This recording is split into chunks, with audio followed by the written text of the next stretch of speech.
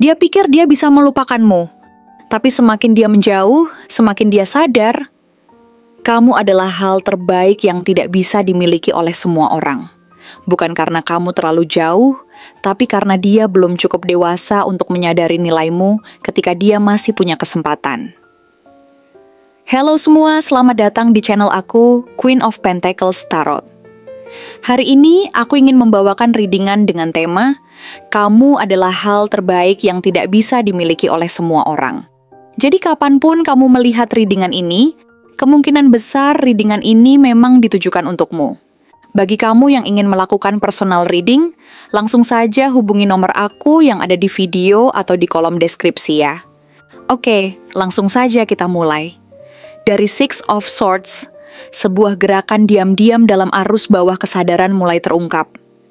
Ini bukan sekadar kepergian fisik, bukan hanya seseorang yang berpaling dari satu kisah demi mengejar ketenangan di tempat lain. Ini adalah jiwa yang mengangkat dayung dalam keheningan malam, menyusuri perairan yang tampak tenang, namun menyimpan badai dalam hati. Dia pergi, tapi bukan dengan hati yang utuh.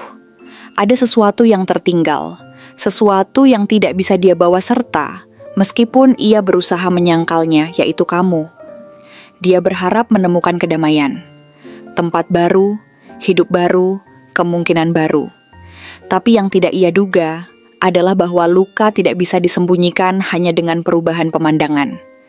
Kenangan itu seperti roh halus yang duduk diam di sampingnya saat ia tertidur. Seperti bisikan yang datang dari balik cermin saat ia menatap wajahnya sendiri di pagi hari. Dia membawa kamu dalam pikirannya, dalam setiap jeda, setiap langkah, setiap percakapan yang diam-diam memunculkan siluetmu dalam bayangannya. Dan meskipun dari luar ia tampak stabil, seolah telah mengikhlaskan semuanya, di dalam hatinya ribut. Ada gelombang rindu yang tak terucap, ada kepedihan yang terus berputar-putar di dalam kesadarannya yang tak pernah benar-benar tenang. Lalu datang Eight of Pentacles, kartu tentang kerja keras, tentang upaya tanpa henti untuk menyusun kembali reruntuhan hidup. Seperti seseorang yang mencoba membangun rumah baru dari puing masa lalu, dia mengalihkan fokusnya pada pekerjaan, pada tujuan, pada pencapaian.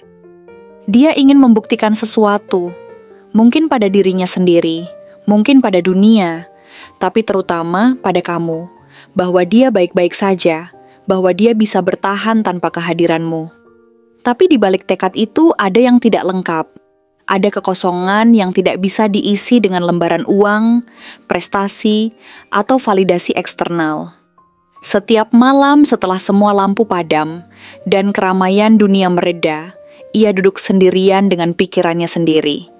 Disitulah muncul kebenaran yang tak bisa dibohongi, bahwa semua kerja keras itu adalah bentuk pelarian, bahwa produktivitasnya adalah topeng dari kerinduan, dan bahwa kamu masih menjadi lubang besar yang tak bisa dia isi, sekuat apapun ia mencoba menambalnya dengan kesibukan.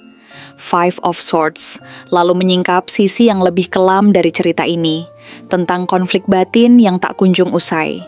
Saat dia memilih untuk pergi, mungkin ia merasa menang atas egonya, menang karena bisa berkata, aku bisa tanpa kamu. Tapi waktu membuktikan bahwa itu bukan kemenangan sejati, itu adalah ilusi. Kemenangan yang dibeli dengan harga terlalu mahal, karena kini ia tahu sesuatu telah hilang, sesuatu yang jauh lebih berharga daripada yang ia sadari saat itu, kamu. Ada penyesalan yang perlahan-lahan membusuk dalam dirinya. Tidak selalu kentara, tidak selalu disadari, tapi itu ada. Dan itu tumbuh, dia ingat caramu mencintai dengan tulus, caramu memahami, bahkan saat kamu sendiri tak dimengerti. Caramu diam, tapi tetap hadir. Dan ketika semua itu tak lagi ada, dia baru tahu. Bukan hanya kamu yang hilang, tapi juga versi terbaik dirinya yang hanya muncul saat bersamamu. Kini, setiap kemenangan terasa hambar, karena tidak ada lagi kamu yang akan tersenyum bangga padanya. Lalu hadir Death, bukan tentang akhir, tapi tentang transformasi, tentang kelahiran baru yang hanya bisa terjadi setelah sesuatu mati. Dalam kasus ini, yang mati adalah ilusi. Ilusi tentang siapa kamu, ilusi tentang siapa dia, ilusi tentang hubungan itu. Dan dari kematian itulah kamu bangkit. Bukan sebagai versi lamamu yang dulu mungkin terlalu sabar, terlalu memberi, terlalu memaafkan. Tapi sebagai seseorang yang lebih utuh, lebih sadar, lebih kuat. Kamu bukan lagi jiwa yang bisa diguncang oleh kata-kata kosong. Bukan hati yang akan percaya pada janji yang belum ditepati. Kamu adalah seseorang yang telah melalui proses alkimia batin, membakar luka-luka masa lalu untuk melahirkan emas dari jiwamu sendiri. Dan saat dia melihatmu sekarang, ada sesuatu yang membuatnya terdiam. Bukan hanya karena kamu tampak berbeda, tapi karena kamu adalah berbeda. Kamu telah menjadi seseorang yang bahkan dia tidak yakin bisa dekati lagi. Ada kekaguman, ada ketakutan, ada rasa kehilangan yang baru benar-benar terasa. Karena hanya saat kamu berubah, dia sadar kamu tidak akan pernah bisa dimiliki lagi dengan cara lama. King of Swords muncul seperti potret dirinya hari ini. Sosok yang mencoba memahami semua ini dengan logika. Dia ingin menganalisis, mengurai perasaan menjadi data, membungkus kerinduan dengan argumen rasional. Ia duduk, mungkin membaca buku, mungkin bicara pada temannya, mungkin menulis sesuatu di jurnalnya, mencoba menjelaskan kenapa semua ini terjadi. Tapi satu hal yang tidak bisa ia atasi adalah hatinya. Logika tidak bisa menaklukkan rasa. Ia berpikir, mungkin aku hanya rindu, mungkin ini hanya fase. Tapi setiap kali dia melihat kamu, entah dari jauh, dari media sosial, dari cerita orang lain, ada hantaman di dadanya yang tak bisa dijelaskan. Dan di sanalah strength muncul. Bukan sebagai kekuatan khas ya, tapi kekuatan lembut yang kamu miliki. Kekuatan untuk tidak membalas, untuk tetap berjalan meski terluka, untuk tetap bersinar meski dirimu pernah dicoba padam. Kamu adalah sosok yang memilih diam saat bisa menyerang, yang tetap mencintai dunia meski pernah dilukai. Dan kekuatan itu justru yang membuatnya tak mampu melupakanmu. Karena siapapun bisa terlihat cantik dalam cinta, tapi tidak semua bisa tetap indah setelah dikhianati. Lalu datang The Magician, kartu yang penuh daya. Dia mulai melihatmu bukan hanya sebagai masa lalu, tapi sebagai potensi yang luar biasa. Kamu adalah manifestasi dari mimpi-mimpinya. Sosok yang ia cari dalam banyak orang, tapi tidak pernah benar-benar ia temukan lagi. Kamu menjadi seperti sihir baginya. Seseorang yang unik, tak tergantikan, tak bisa disalin ulang. Dulu dia tidak sadar, dulu dia merasa masih punya banyak waktu. Tapi sekarang, ia tahu kesempatan bersamamu adalah keajaiban yang hanya datang sekali. Dan ketika keajaiban itu hilang, yang tertinggal hanyalah dunia biasa. Dan hati yang kosong. Three of Cups kemudian memperlihatkan hidupmu hari ini. Mungkin kamu bahagia, dikelilingi sahabat, orang-orang baru, senyum yang tulus, gelak tawa yang kamu temukan kembali setelah sekian lama. Tapi justru itu yang menusuk hatinya paling dalam. Karena dia sadar, kamu bisa bahagia tanpa dia. Dan tidak ada yang lebih menyakitkan daripada menyadari bahwa seseorang yang dulu kamu abaikan, kini bersinar tanpa perlu kehadiranmu lagi. Itu bukan cemburu biasa. Itu rasa kehilangan yang dalam, sebuah penyesalan yang membakar, dan semakin kamu terlihat bahagia, semakin dia merasa sendirian, dan akhirnya, the devil. Kartu ini bukan tentang cinta yang suci, tapi tentang keterikatan, tentang obsesi, tentang ikatan energi yang tidak bisa diputus dengan logika atau waktu. Dia terjebak dalam bayang-bayangmu. Bahkan saat dia mencoba mencintai orang baru, ada bagian dari hatinya yang masih memanggil namamu dalam diam. Kamu menjadi hantu yang manis, bukan karena kamu jahat, tapi karena cintamu begitu dalam, hingga menancap sampai ke inti jiwanya.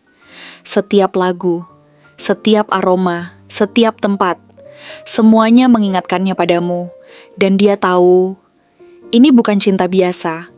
Ini adalah koneksi yang datang sekali dalam satu kehidupan, dan tidak semua orang cukup beruntung untuk memilikinya 2 kali. Jadi, Jika akhir-akhir ini kamu merasa ada energi asing yang menarikmu kembali ke masa lalu, percayalah, itu bukan tanpa sebab.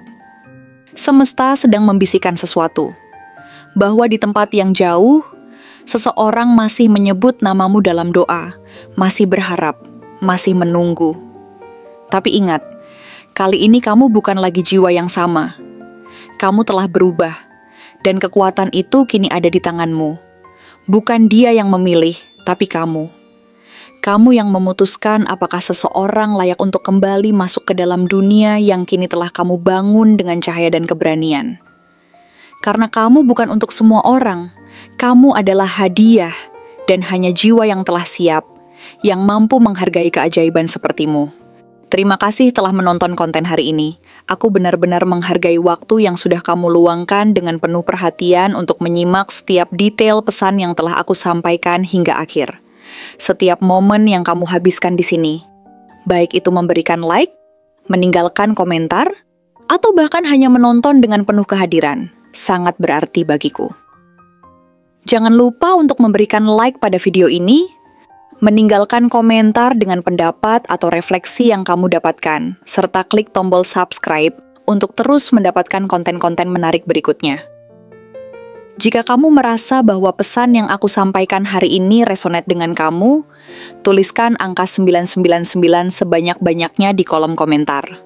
Hal ini bukan hanya untuk sekadar membuktikan bahwa kamu menyimak, tetapi juga untuk menunjukkan bahwa kamu siap menerima energi positif yang akan membimbing langkah-langkahmu menuju kehidupan yang lebih baik dan penuh keberkahan. Sampai bertemu di video berikutnya, dan aku doakan semoga kesuksesan selalu menyertai setiap langkah yang kamu ambil, membawamu menuju impian-impian yang ingin kamu wujudkan.